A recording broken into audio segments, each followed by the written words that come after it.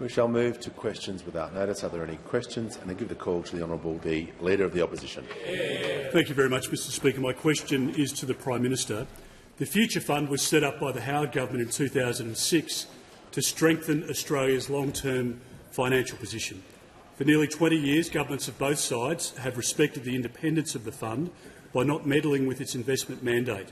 Having blown the bank and fuelled inflation with its reckless spending, Labor is now raiding the nation's nest egg to cover its economic failures. Prime Minister, why are Australians paying for the Albanese government's economic incompetence? Call to the Prime Minister. Thanks very much, Mr Speaker. I was going to give this question to the Treasurer, but the bit in the question, the member for Casey, the member for Fadden will cease interjecting. Is just too much to resist, Mr Speaker. It's just too much to resist. When we came to office, there was a $78 billion deficit projected, and we turned that into a $22 billion surplus.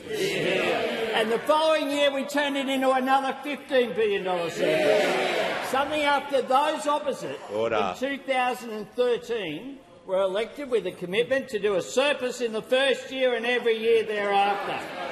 None for nine, the genius. But in spite of the money ripped out of health, money ripped out of education, money ripped out of services, places like Veterans Affairs where people couldn't get their payments done, in spite of the robo-debt debacle and everything that we've seen, they ran deficit after deficit after deficit, time after time after time.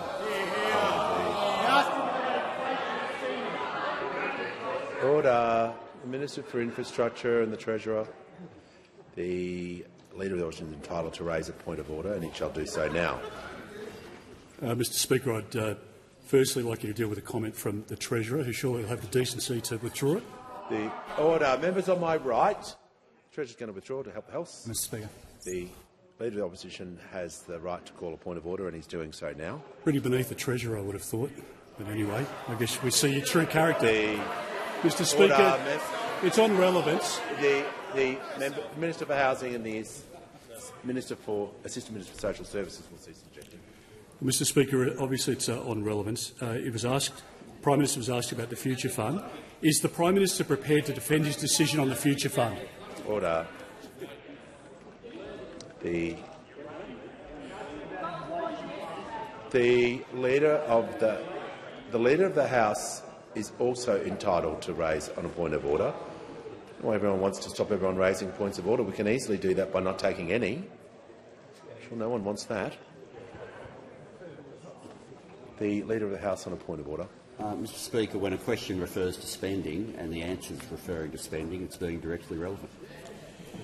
Well, and it was also talking about financial position, fuelling inflation, about Australians paying for economic decisions. So in any universe, that's a very broad topic. So the Prime Minister will need to remain relevant to the question that he's been asked about, which is a very broad question containing many moving parts. The Prime Minister has the call. He will, Mr Speaker, because the Leader of the Opposition, with the broadness of that question, has given me an opportunity not just to confirm the independence of the Future Fund, that's very important, and that their mandate will be about maximising returns, which it will do,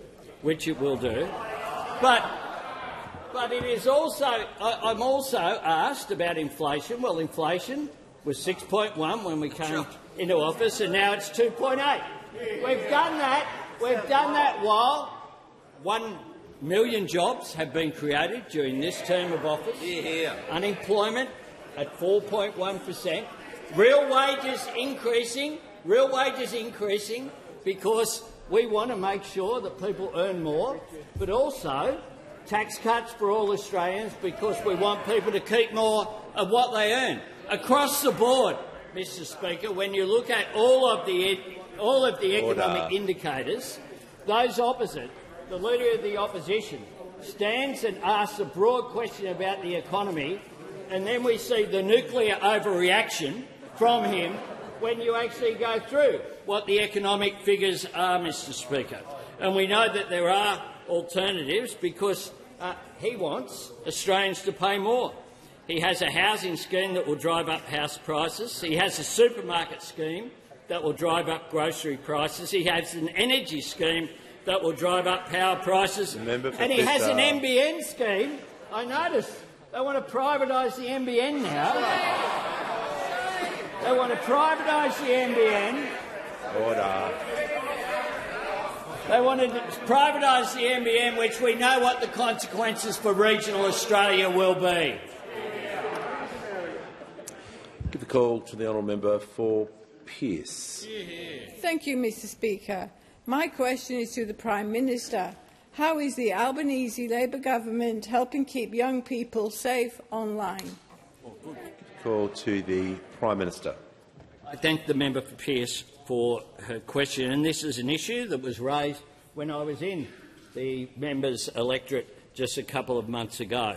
And today, our government has introduced legislation to create a new minimum age of 16 for access to social media. Social media has a social responsibility, and as a government we have a responsibility to keep our young Australians safe. We know that social media is causing social harm. It can be a force for good to communicate, to engage, but what we've seen so often is that young people have, with sometimes catastrophic consequences, been damaged as a result of some of the way that social media can impact them. It's a point that was made to me with absolute clarity by Matt Howard and Kelly O'Brien, the parents of Charlotte, and Rob Evans, the father of Liv Evans. No parent should lose their child, and in these tragic circumstances it has been just extraordinary what they have gone through. But they've channelled that grief and trauma into something positive, into trying to ensure that other parents don't have to go through the same thing. Now, this is a difficult task. This is something that no government around the world has been able to achieve yet. They're all grappling with it, though. This is a global problem. And we want young Australians essentially to have a childhood. We want parents to have peace of mind. I want young Australians to grow up playing outside with their friends. I want them to communicate people to people, young person to young person, not just through their devices, off their phones and onto the footy fields, the netball courts, the tennis courts, swimming pools, engaging with each other. We know the really positive impact that banning phones in schools has had. We know that it has changed the social interaction that occurs at lunchtime and during play lunch and during that activity and after school. And we know that that has been positive and it's been well received, not just by parents and teachers but by young people themselves. Now, the onus in this legislation will be on the social media companies, not parents or young people. There will be no penalties for users. We all know that technology moves fast and some will try to find ways around these new laws. But that's not a reason to ignore the responsibility that we have to just stand around and wring our hands and say it's too difficult. This legislation should be passed by this parliament, and I hope that it can be passed this year because we want this action to happen as soon as possible. Call to the honourable member for Hume. Thank you, Mr Speaker. My question is to the Treasurer. Since this Treasurer has come to office, living standards have collapsed, prices are still rising fast, and Labor's reckless spending has kept inflation higher for longer. Having already made Australians poorer, why is this Labor government making future generations pay for its economic incompetence by raiding the Future Fund? Member for Moreton is warned. The Treasurer has the call. Thanks very much, Mr Speaker. A bit like the question that the Prime Minister comprehensively answered a moment ago, it's a bit rich for those opposite to be asking us about inflation when we've more than halved inflation. When we came to office, inflation was higher than 6%. Now it's got a 2 in front of it, Mr Speaker. So why they would ask us about inflation after the shocking record that they had on inflation that they left for us to clean up, that's completely beyond me, Mr Speaker. They've got a lot of nerve to ask about inflation. And the same goes when it comes to asking— The Treasurer's going to pause. I'm going to get onto this early. The member for Deakin is not going to give a running commentary during this or any other answer. He's going to cease interjecting for the remainder of this question. Otherwise, he'll leave the chamber to assist the House. The Treasurer has the call. Thank you, Speaker. And they've got a lot of nerve asking about spending as well, as the Prime Minister comprehensively pointed out a moment ago. We've been cleaning up the mess that they left of the budget that they inherited. Now, they said that there would be a surplus in every single one of their 9 years. They went none for 9. They didn't deliver a single surplus in their time in office, and we're 2 for 2, Mr Speaker. Order. So if he wants to ask me— Order. The Stop pre-scripting his point of order. Order. The Treasurer is just going to cease talking and just pause. Order. The Treasurer— No, any member can raise a point of order under the standing orders. I don't know why this is so hard for everyone to understand today, but that's the rules and that's what we're following. So, the member for Hume on a point of order. Mr Speaker, the Prime Minister refused to defend the Treasurer's decision. Perhaps the Treasurer—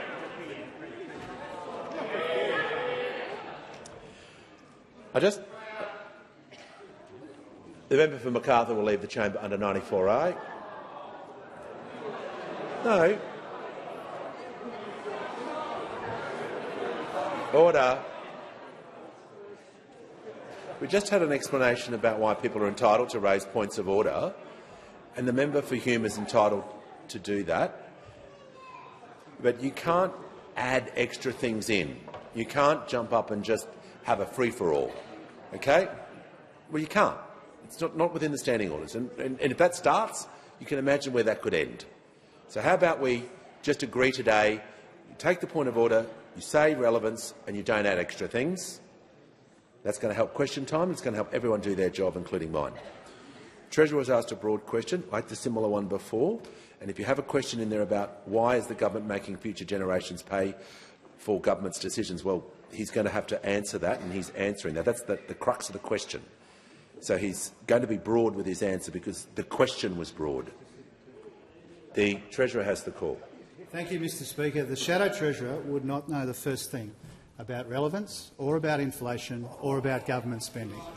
And the record that we have had in office has been to turn around 2 very substantial deficits and to turn them into 2 very substantial surpluses. Now, those are facts. Those are in the final budget outcomes for our 2 full years in office, Mr Speaker. Those are facts. Order. And that's because we're banking upward revisions to revenue, we're finding savings, we're doing all of the things that those opposites said they would do, but were completely incapable of doing in their 9, almost 10 years in office, Mr Speaker. So he's welcome to continue to ask me about inflation or spending. We're making progress on both of those fronts. And I'm also very pleased, Mr Speaker, that he's asked me about the Future Fund reforms as well, because we have made some important announcements today about the future of the Future Fund. And what his question goes to, Mr Speaker, is that every single time that they arc up and play up about our changes to the Future Fund reminds every single Australian that they don't want to see more investment in housing. They don't want to see more investment in cleaner and cheaper energy. They don't want to see more investment in the kind of infrastructure which makes our economy more resilient and our people more secure. So the changes that we are announcing today, Mr Speaker, are not about messing with the independence of the Future Fund. They're not about changing the expected rate of return or the Future Fund Board's approach to risk. But what it is about making sure that this tremendous national asset that we have as Australians is working in the service of our national economic interests.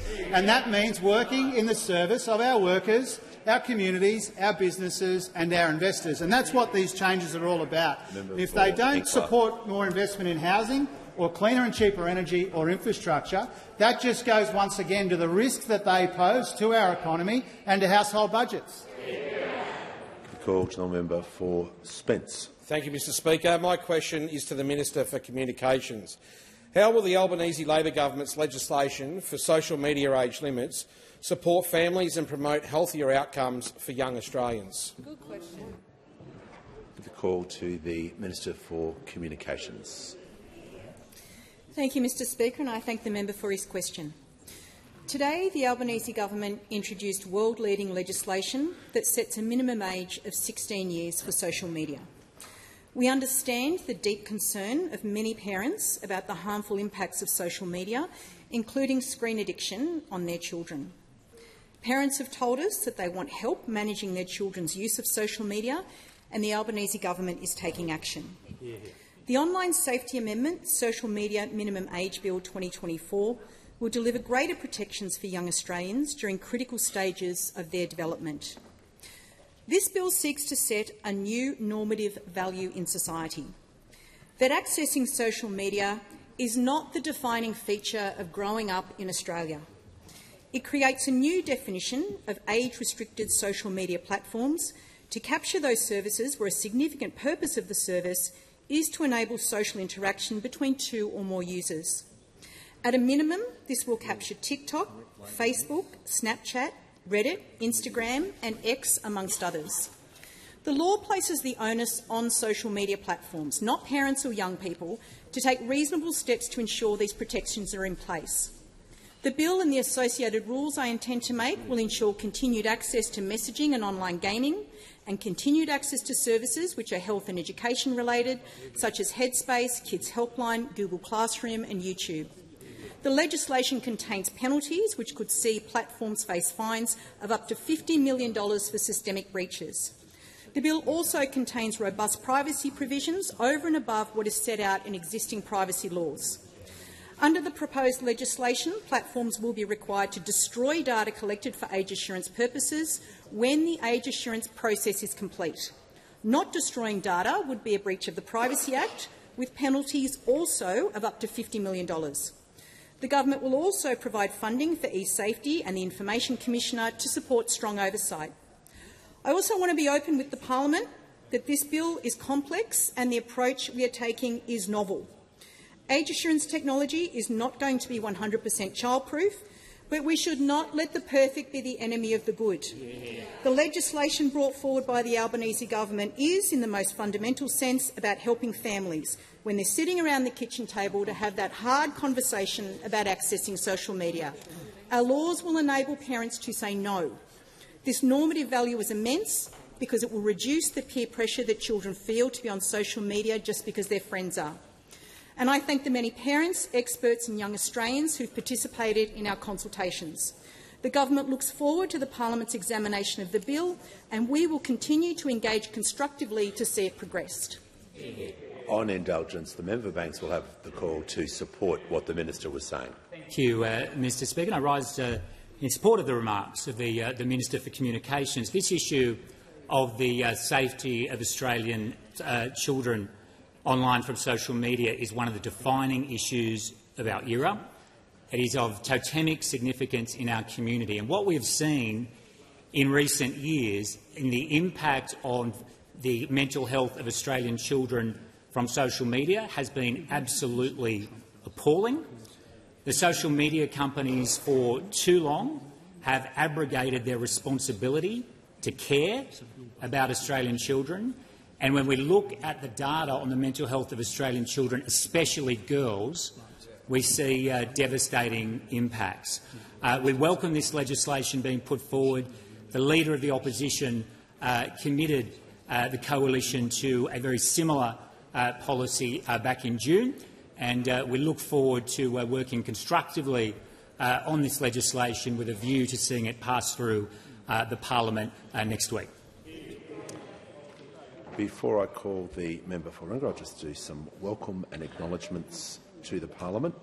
I'm pleased to inform the House that present in the gallery today are participants of the Stephen Fitzgerald Scholars Program, hosted by ANU Australian Studies Institute, led by the Director, Professor Mark Kenny.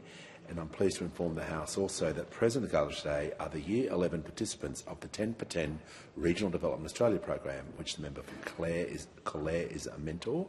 I also see Minister Nat Cook from the South Australian Government visiting us today, and former member for Herbert Cathy O'Toole, and young leaders from the Melbourne City Football Club as guests of the member for Holt, and also students from Fitzroy Community School from the electorate of Wills. Welcome to you all.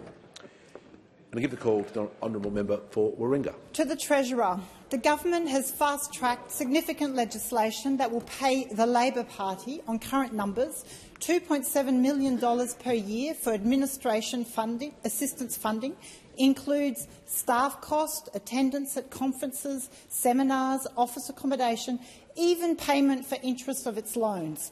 Do you accept that the government has failed to acknowledge any economies of scale, that this is poor economic management of public funds and an outrageous slap in the face of Australians doing it tough?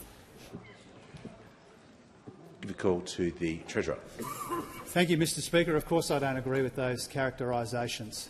Public funding of elections and of our democracy has been an ongoing feature of our system for some time, and what we're trying to do via the great work of Minister Farrell and others is to minimise the impact of big money on our politics. That's our motivation here, and that's what the legislation is all about.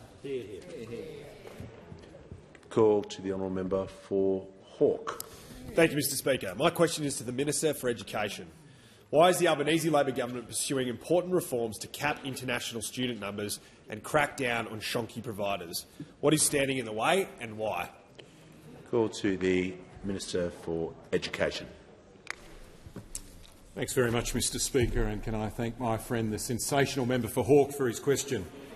Almost every day in this place, my old mate, the member for Herbert, asks me to tell a story. Order. Well, boy, oh boy, do we have a story to tell today. Today's Sydney Morning Herald that reads, "Senior Liberal headlines event for student visa agents before tanking migration bill." The story reads as follows.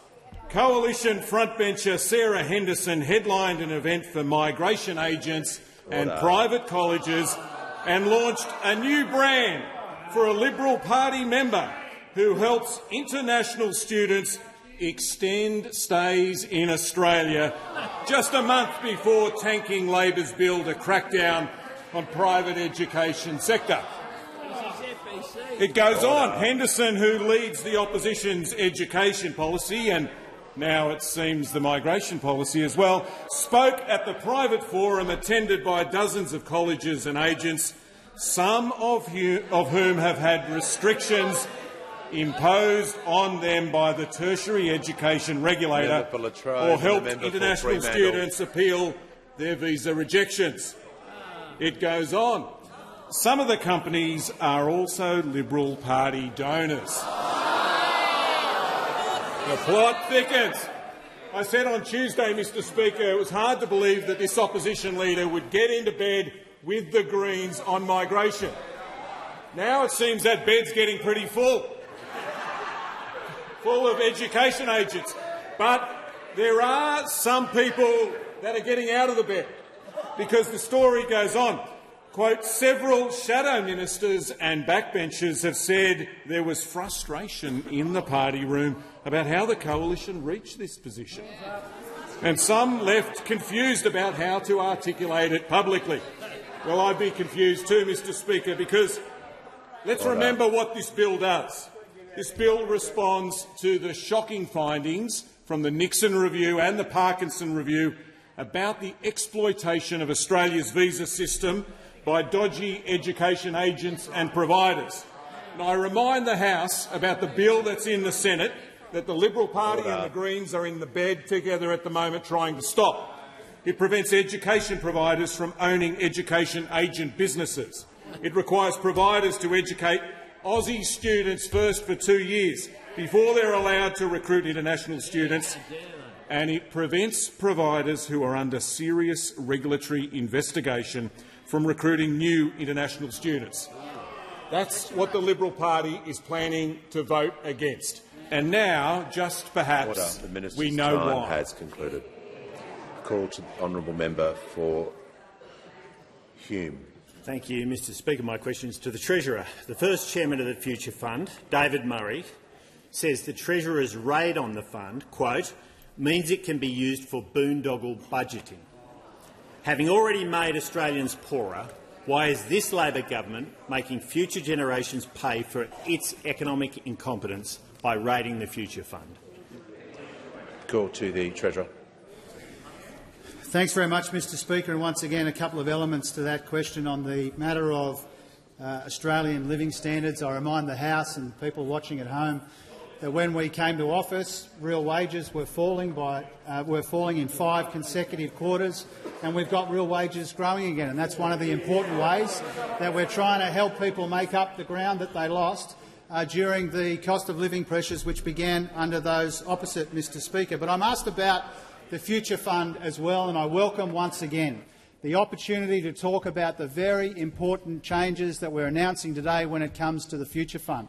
Because this side of the House wants to see more investment in housing, that side wants to see less investment in housing. Right.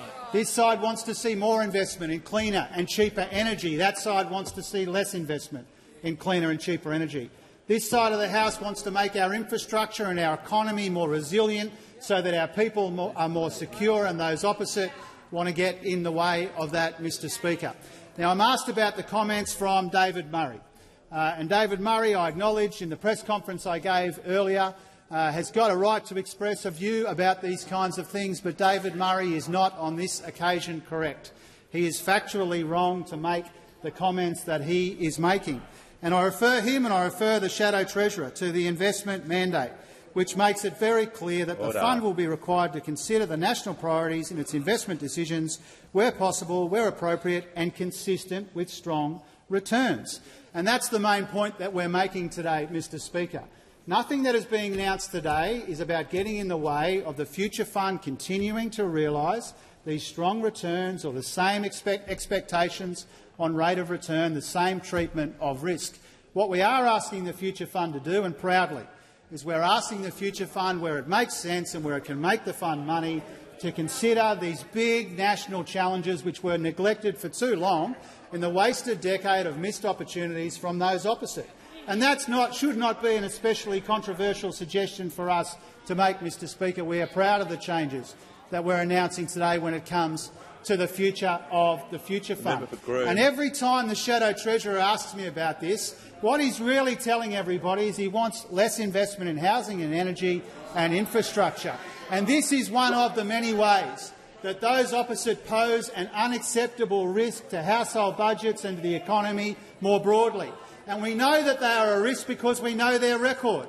We know their record of falling real wages and higher inflation and huge deficits and $1 trillion in Liberal debt in a budget weighed down with waste and rorts with whom the Shadow Treasurer has been associated. So we make no apologies for the changes we're making. We're proud of them. They're about ensuring that investment flows in ways that benefit the Australian people and strengthen their economy.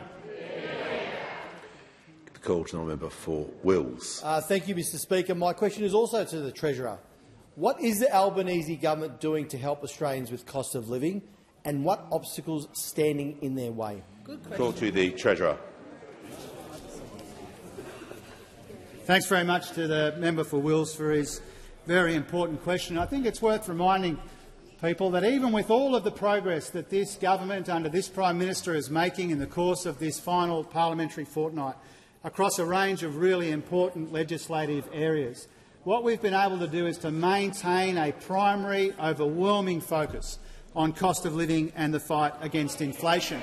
And we saw out of the United Kingdom overnight just how important it is that we maintain this focus. What we saw from the United Kingdom last night is inflation, both core and headline inflation, is going up in the United Kingdom.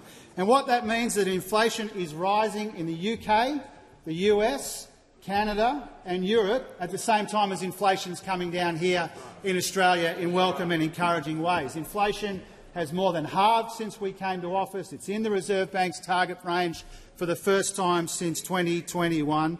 But we know that there is more progress to be made. We know it's not mission accomplished on inflation. We know there's not always a direct correlation between the national economic data, which is going our way, and how people are feeling and faring in communities right around Australia. We acknowledge that. We recognise that.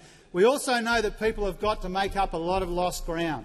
As I said before, real wages were falling substantially when we came to office, inflation was much higher. Those opposite were going after Medicare and wages and all of the rest of it. And so we've got to help people make up lost ground, and that's what we're doing. And that's why the cost of living is our highest priority.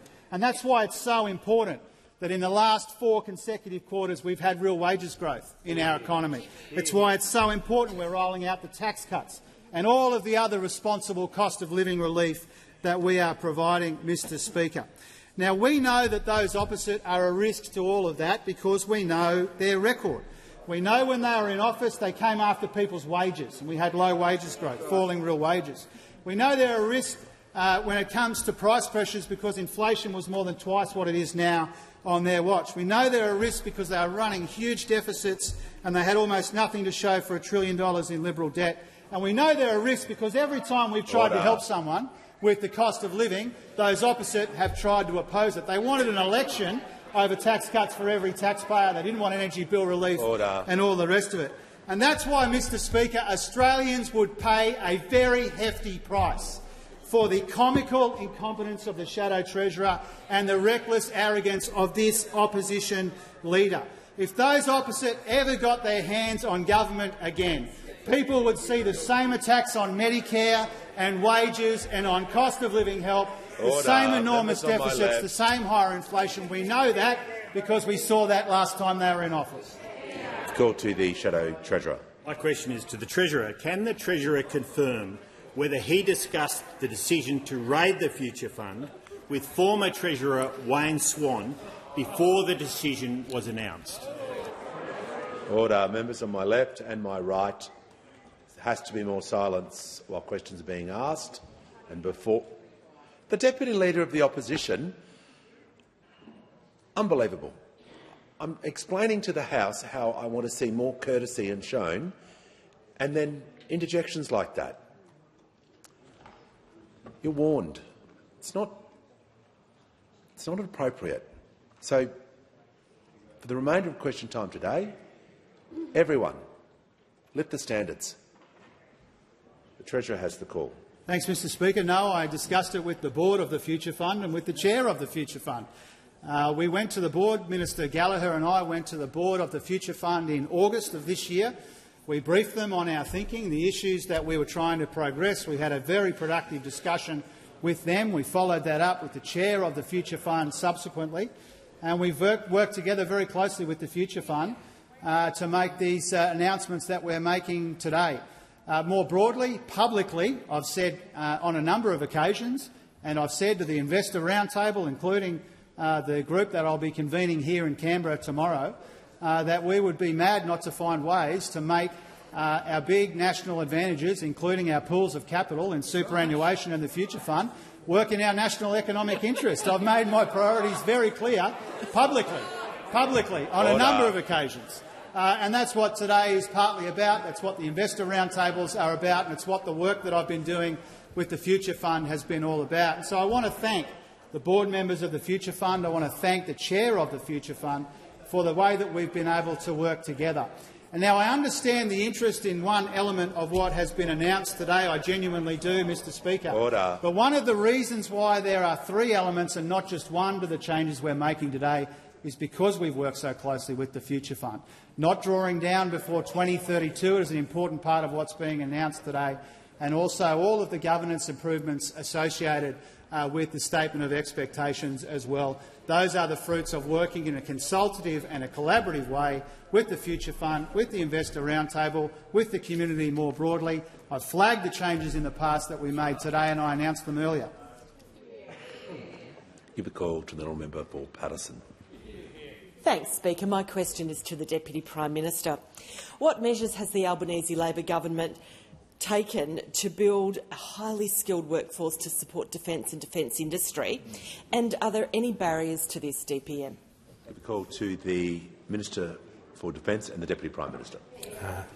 Well, can I thank the member for her question? As we embark on a significant increase in our defence capability in building infantry fighting vehicles, in constructing ships and frigates, in building submarines, one of the really big challenges is the human challenge. We've got to get the people with the skills to get this done, and at the heart of that is vocational and trade training. Now, we have partnered with TAFE SA to increase the number of apprenticeships for fabrication, mechanical and electrical qualifications. We have partnered with South Metro TAFE in Perth for training which is relevant to the sustainment of submarines, and we are constructing the Skills and Training Academy at the Osborne Naval Shipyard, which is central to providing that on-the-job training which will build the workforce that will build our future frigates and submarines. But what underpins all of that is the Albanese government's commitment to free TAFE. 100,000 places each and every year from 2027, in addition to the 500,000 places which have already been taken up since our government has come to office. You cannot support tradies without supporting their training, and tradies are at the heart of building our nation's defences, which is why the opposition of the Liberal Party to TAFE is so recklessly dangerous. If you take a line through the questions that have been asked in this place by the Alternative Skills Minister, what is completely clear is that she thinks that TAFE just doesn't work. And when you look at the Leader of the Opposition in his entire parliamentary career, he has barely used the word TAFE. When the TAFE sector look to the Liberal Party, all they see is a barren policy permafrost, which, quite frankly, is a risk to our national security. Now, those opposite still have not committed to Labor's increase in defence funding. The poor Shadow Minister for Defence has been left to haplessly wander around the shadow cabinet, desperately looking for an affirmation of any of his ideas with all the confidence of a lost dog, while the Leader of the Opposition is now presiding over a Liberal Party which has completely surrendered any of its defence credentials. Well, Mr Speaker, on this side of the House, the Albanese government is investing in the importance of TAFE as a critical enabler of our nation's security and in keeping Australians safe. Just going to ask the Deputy Prime Minister, I didn't want to interrupt him, just going to ask him to withdraw that term that he referred to the Shadow Minister, please. I wasn't happy with that. Order. I withdraw, Mr Speaker. Language is important. Order. The Shadow Treasurer has the call. Thank you, Mr Speaker. My question is to the Treasurer. Will the Treasurer guarantee that no spending in the federal budget in housing projects, green projects or infrastructure projects will be assumed by the Future Fund? Give the call to the Treasurer. Thank you, Mr Speaker. Yes, I can, and unfortunately this question is based on a completely unsurprising misunderstanding or misrepresentation from the Shadow Treasurer. Now, if the Shadow Treasurer knew anything about the Future Fund, if he knew anything about the announcement which has been made today, he would understand a couple of things. First of all, as I reminded him a moment ago, there will be no drawdowns from the Future Fund, at least until 2032. And that means that there will not be it won't be any taking money out of the Future Fund and putting it towards the budget, Mr Speaker. That's the question I'm answering, which he asked a moment ago. That's what I was asked about. Order. That's what I was asked about. The Leader of the Opposition. And so the priority areas that we want the Future Fund to invest in are consistent with the government's priorities, but in addition to the substantial program of investment that we already have going, Mr Speaker. Now, we understand what this question is really about, Mr Speaker. We know what this question is really about. They want less investment in housing. That's why they team up with the Greens in the Senate and vote against investment in housing. Order. They want less investment in cleaner and cheaper energy, and that's why they vote the way they do in the parliament. And they don't want to make our economy more resilient. Now, Mr Speaker, if those opposite knew the first thing about the Future Fund or indeed about Australia's major economic pressures and opportunities, they would support, not oppose, our efforts to make sure that capital flows more efficiently in our economy in the service of our national economic objectives to the ultimate benefit of the Australian people, workers, communities, businesses and investors. And every question they asked and every ill-informed dishonest statement that they make about the changes that we are making today reminds people out there in the broader Australian community that they don't want to see investment in housing or cleaner and cheaper energy or infrastructure, and we do. The call to the member for Macquarie. Thank you, Speaker. My question is to the Minister for Housing and Homelessness. What is the Albanese Labor government doing to help more Australians into home ownership after a decade of neglect, and what challenges does the government face? Give the call to the Minister for Housing and the Minister for Homelessness. Thank you, Speaker, and I want to thank the fantastic member for Macquarie for her question. Order. Those of us.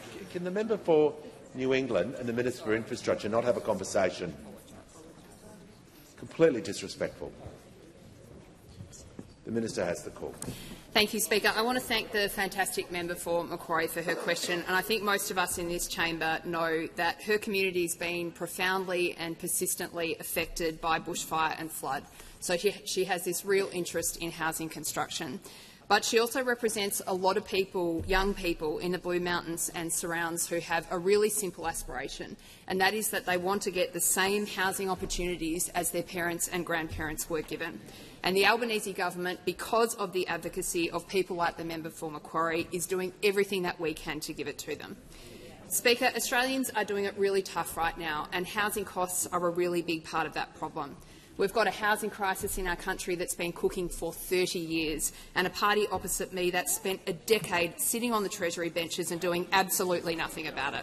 Order. Now, Labor's made a change here. We have an ambitious $32 billion housing agenda, which is helping build more homes, helping renters get a better deal, and helping more Australians get that dream they have of home ownership.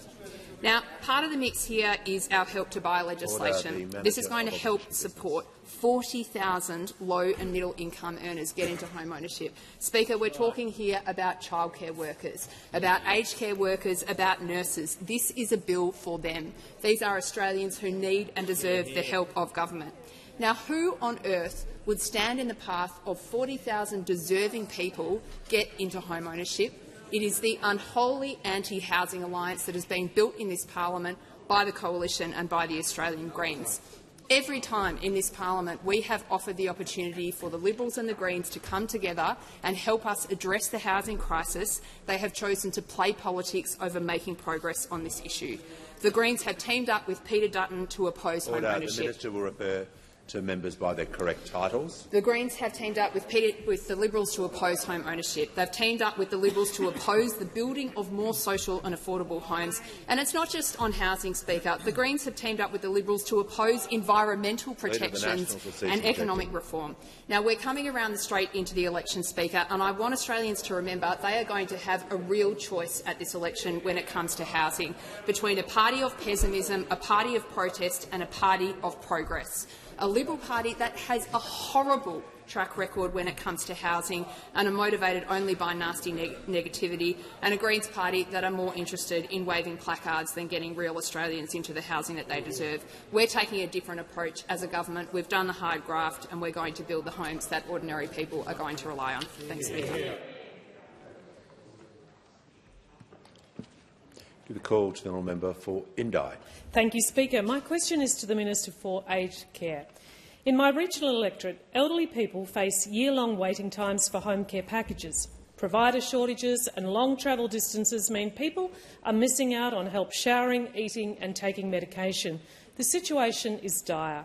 I welcome the new Aged Care Act, but its implementation is still more than 6 months away. What is the government doing now to ensure older Australians can age safely and with dignity in their home? I give the call to the Minister for Aged Care and Sport. I thank the member for Indi for her question, and I agree with her that we need to do better by everybody in aged care, which is why we are bringing in once-in-a-generation reform, which we are currently working through amendments in the other place, and we hope very much to be able to deliver that as soon as possible for people like the people waiting for better care in your electorate. What are we doing now? In the budget, we funded more than $500 million worth of home care packages to the tune of 24,500 new packages. They are rolling out. We expect more than 15,500 to be rolled out by the end of this month. So those are rolling out consistently in this last year before 1 July, when the new support at home regime is due to begin.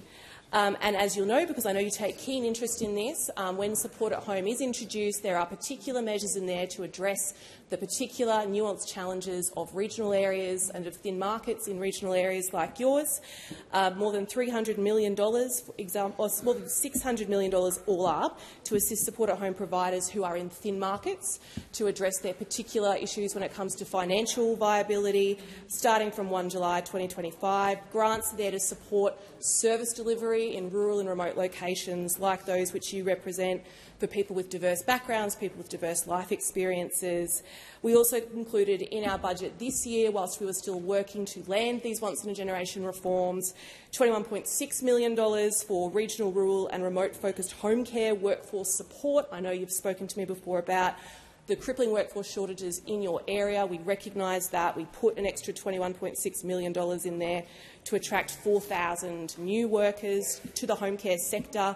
We're going to keep viability supplements available where home care packages are provided to care recipients in the modified Monash model 4 to 7 locations.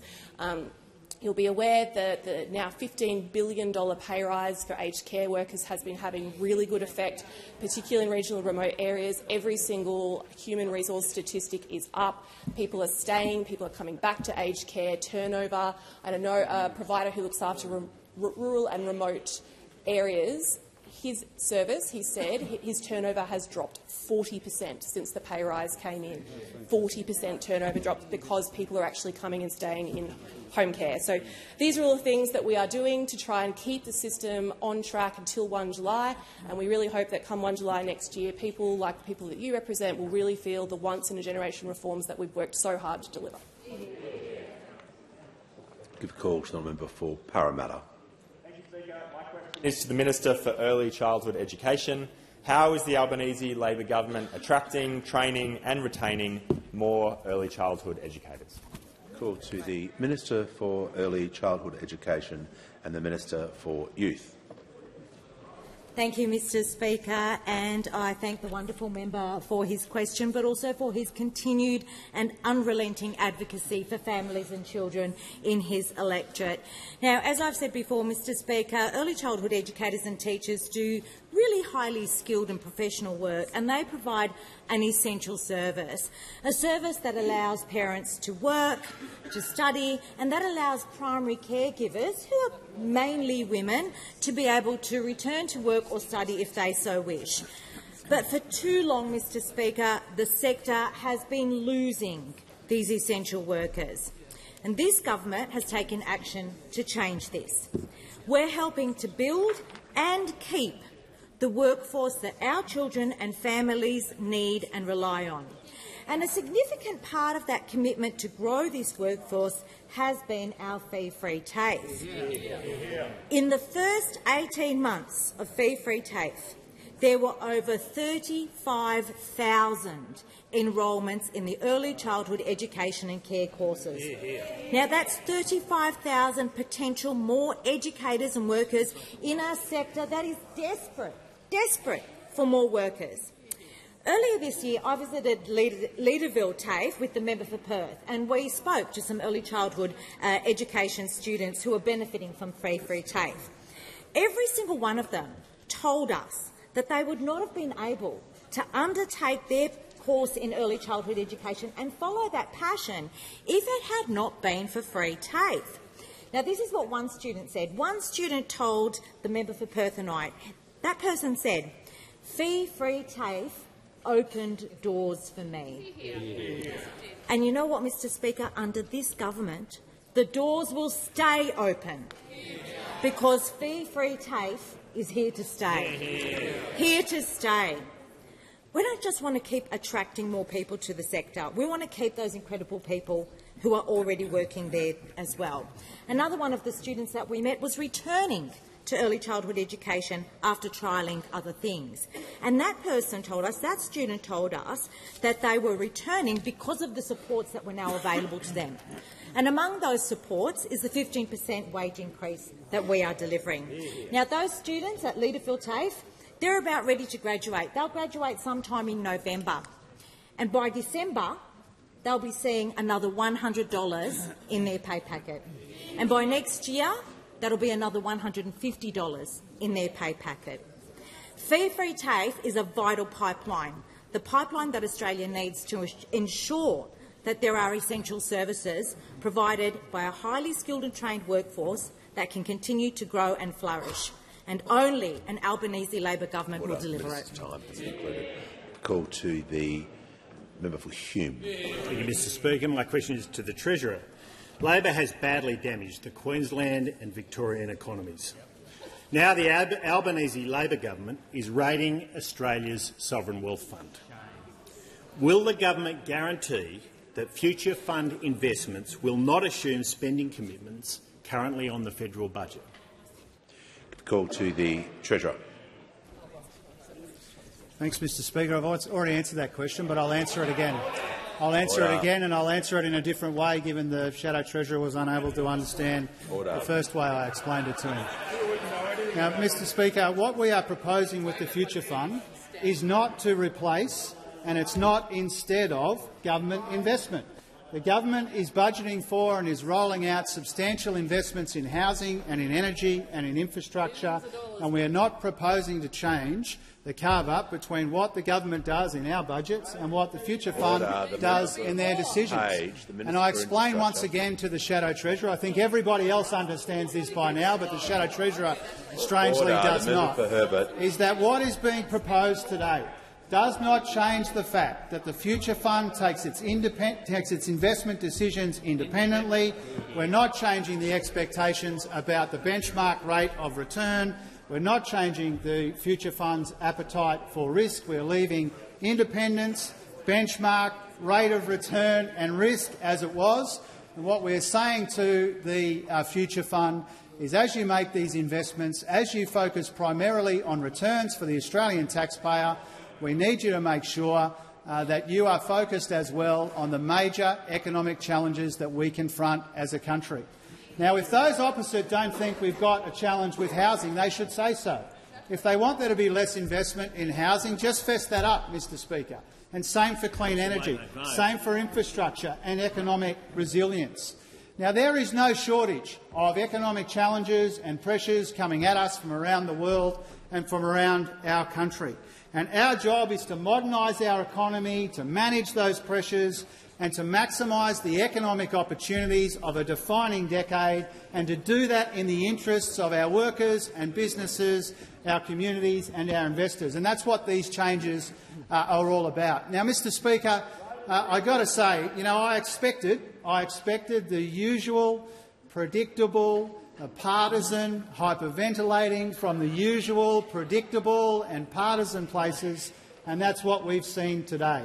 But what it is designed to obscure, the first time the Shadow Treasurer has got more than a question at 3 o'clock in a long time, what it's all designed to obscure is that they don't want to see investment in housing and energy. We want to see housing and investment in energy. The Future Fund will play its role independently. We'll continue to invest proudly because we've got a lot of ground to make up. Because when those opposite were in office, we had a wasted decade of missed opportunities and warped priorities and a budget full of waste and rorts. We've been cleaning up the mess because we don't want to see Australia go backwards. We don't want to see all of this put at risk because of the record of those opposite. The call to the honourable member for Cunningham. My question is to the Minister for Health. What action is the Albanese Labor government taking to strengthen Medicare and make medicines cheaper for all Australians after a decade of cuts and neglect? Are there any threats to Medicare? Call to the Minister for Health and Aged Care. Well, thank you, Speaker, and I thank the member for Cunningham for the question, but also for her support for the urgent care clinic in Wollongong. And I'm happy to say that today, Mr Speaker, we opened the 78th Medicare urgent care clinic. This one in Southport, the second clinic on the Gold Coast. The first Gold Coast clinic, Mr Speaker, in Oxenford, has already seen 10,000 patients, 4,000 of them for patients under the age of 15, and every single one fully bulk billed. They're getting terrific urgent care, free of charge, but also taking pressure off the busiest emergency department in the country, Mr Speaker. Order. And, Mr Speaker, we're not only opening more urgent care clinics, we're delivering more doctors and we're delivering more bulk billing. In the past 2 years, we've seen more doctors enter the system than at any time in the past decade, Mr Speaker. And our record investments in bulk billing have finally stopped the slide in bulk billing that we inherited from those opposite after a decade of cuts and neglect, something the College of GPs called freefall, Mr Speaker. But we've also seen a rebound in every single state and territory and seen an additional 5.4 million free visits to the GP just in the past 12 months, Mr Speaker. Now, we know there's much more to do, but we are starting to turn Medicare around after a decade of cuts and neglect.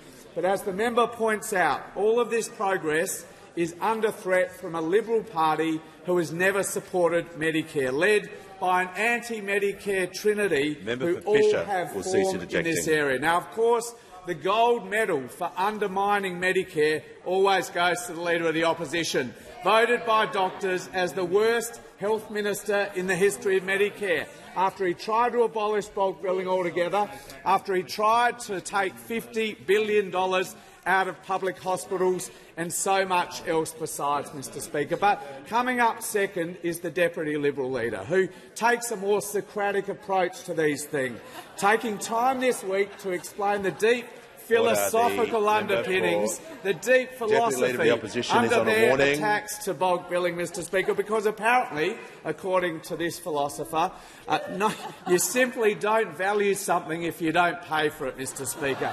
Very, very deep as always, Mr Speaker. And then always bringing up the rear is old mate, the shadow treasurer. On radio this morning, earlier this week, promising to cut billions of dollars from our investments to strengthen Medicare, promising to close the urgent care clinics, and then coming in yesterday afternoon and pretending he didn't even say it. Well, the faces might change, Mr Speaker, but the story is always the same. You can't trust the Liberal Party with Medicare. Call to the honourable member for Clark. Speaker, my question is to the Treasurer.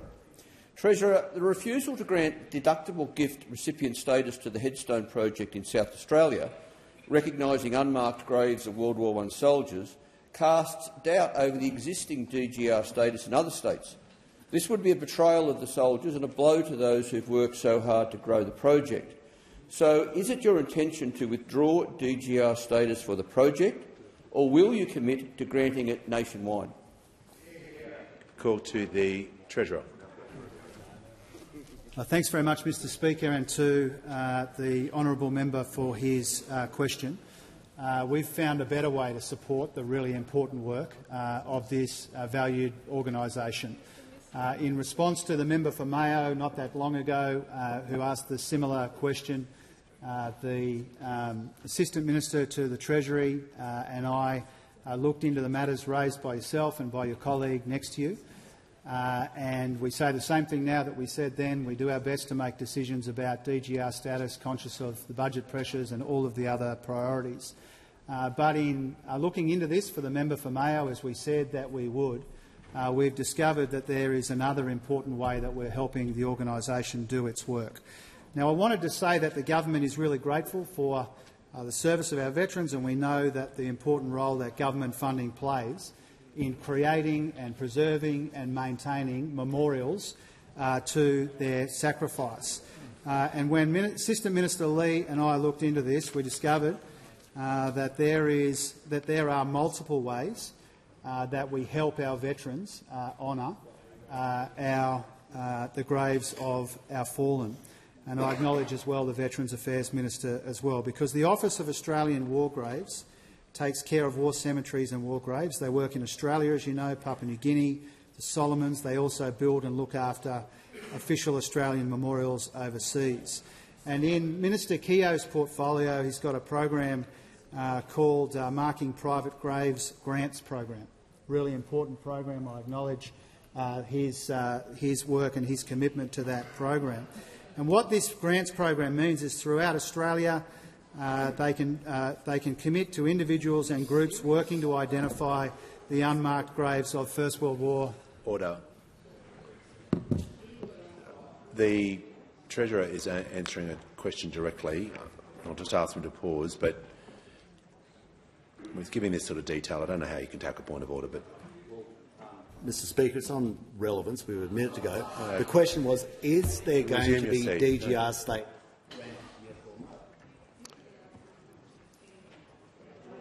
The member has been here long enough to know that is not how points of order work. And the member for Clark was entitled to ask his question. If he was so aggrieved, I'm sure he would have taken a point of order. But I can't make any minister, as the member knows for being here so long, a yes or no answer. The Treasurer has the call. Thank you, Mr. Speaker. I don't think the member for New England should try and piggyback on the dedicated work of the member for Clark and the member for Mayo next to him, asking an important question, and which I'm answering in a respectful way. And I'm pointing out that in addition to the consideration we give to the DGR status, Minister Keogh and his portfolio, working closely with all of us, has got other ways as well that we support this really important work. And I wanted to confirm for the House, having looked into it, that one of the community groups, ex-service organisations and people who can apply for this funding assistance to mark unmarked private graves of First World War veterans is the Headstone Project. And the Headstone Project, I can confirm for the member for Clark and for the member for Mayo next to him and for the Parliament, has been a successful recipient of grants under this program. And I raise it in that fashion, Mr. Speaker, because I understand that there is concern around the DGR status and the different state branches of this important organisation. And I think it's really important that we support their work, and I think this is the most appropriate way for us to do it. Give the call to the honourable member for Werriwa. Thanks, Mr. Speaker. My question is to the Prime Minister. How is the Albanese Labor government working to tackle the challenge of global inflation and create jobs, opportunity and economic growth for Australia? What opposition has there been to these measures? The call to the Prime Minister. Thank you, Mr. Speaker, and I thank the member for Werriwa for her question. Indeed, my government has been very focused, given global inflation, to impact on cost of living pressures that we know people have been under. And I'm asked what measures we've done and also what opposition there's been. And there's something in common there, Mr. Speaker, between those lists, because every single one of the measures that we've put in place has been opposed by those opposite. Whether it's tax cuts for every taxpayer, tripling the Medicare bulk billing incentive, student debt relief, cheaper medicines, cheaper childcare, energy bill relief, free TAFE, more money for public and affordable housing, Help to Buy scheme to get more people into home ownership, a pay rise for childcare workers, a pay rise for aged care workers. The 3 consecutive submissions that we have made that have resulted in the minimum wage being increased 3 times since we're in government. And as a direct result of those measures, we've seen, whilst putting that downward pressure on inflation, which is why it's been designed that way, we've seen inflation drop from a 6% figure and rising to 2%, 2.8 and falling under our watch. And at the same time, as we've seen that occurring, we're seeing real wages increasing so that people are earning more and getting to keep more of what they earn. And we know that they actually voted 48 times against our IR reforms, which have got wages moving again. But this week we saw the quiet bit said out loud by the Deputy Leader for what the philosophical underpinnings of this were, when the Deputy Leader said it's a key principle and tenet of the Liberal Party. If you don't pay for something, you don't value it. And that's what goes to explain the opposition to free TAFE, because the bizarre position that they have from those opposite, that somehow free TAFE, giving people skills and opportunity in life, is negative is just extraordinary. The Deputy Leader of the Opposition. And then, of course, there's Medicare. There's Medicare, because we know that they don't like people seeing a doctor for free. We know that is against their philosophy, and it certainly was against the practice when this guy was the Health Minister. It might also explain their opposition to renewables, because the sun's free. They'd much rather have a nuclear reactor sometime in the 2040s, the most expensive form possible. They want people to pay more for medicine, more to see a doctor, more for the emergency room, more for uni, more for childcare. There is a consistency to their approach, and we know why that's the case, Mr Speaker. And on that note, I ask that further questions be placed on the notice plate. Order. And on indulgence, I call the Prime Minister. Speaker, on indulgence, we've received the very sad confirmation from the Department of Foreign Affairs and Trade that, tragically, Bianca Jones has lost her life. Our first thoughts in this moment are with her family and friends who are grieving a terrible and cruel loss.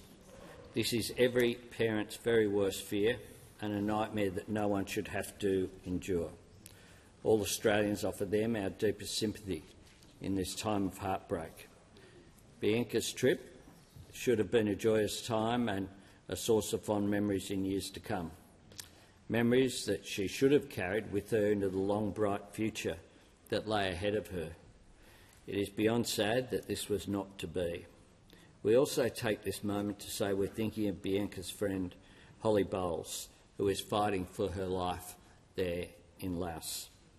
Australians hold her and her family in our hearts as we pray for her, and we hope for a good recovery. I also want to take the opportunity to thank those people in the Department of Foreign Affairs and Trade. When Australians are in trouble, they always pitch in and do a remarkable job providing representation for Australians, wherever that may be, around the world. And I know that the member for Goldstone wishes to make a comment as well.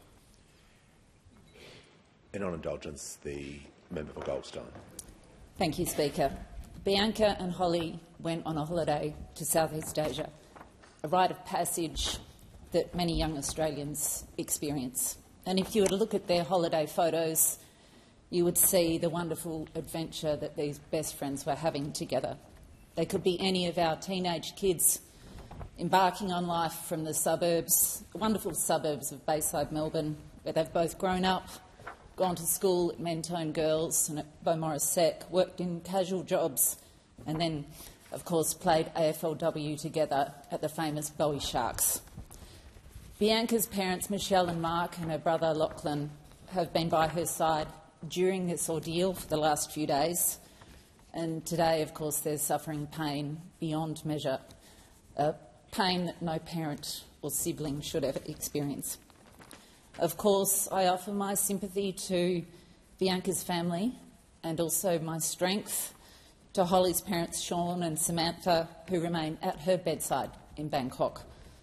And I'm sure, as I do, the House sends love and strength, along with people all over the country, to the families of these two young Aussie girls who just headed off on an adventure together. I know that so many members of our community are connected to these girls, to these families. I feel your grief. Our hearts are broken. Thank you, Speaker. On indulgence, the Honourable the Leader of the Opposition. Mr Speaker, I join in supporting the fine words of the Prime Minister and the member for Goldstein. And on behalf of the Coalition, we extend our heartfelt condolences to the family and the friends of this beautiful young girl. The story has been shocking from the moment it was reported. Up to 10 young people who had been the subject of this terrible incident, some who have lost their lives, and, as we point out, one young Australian who is still on life support.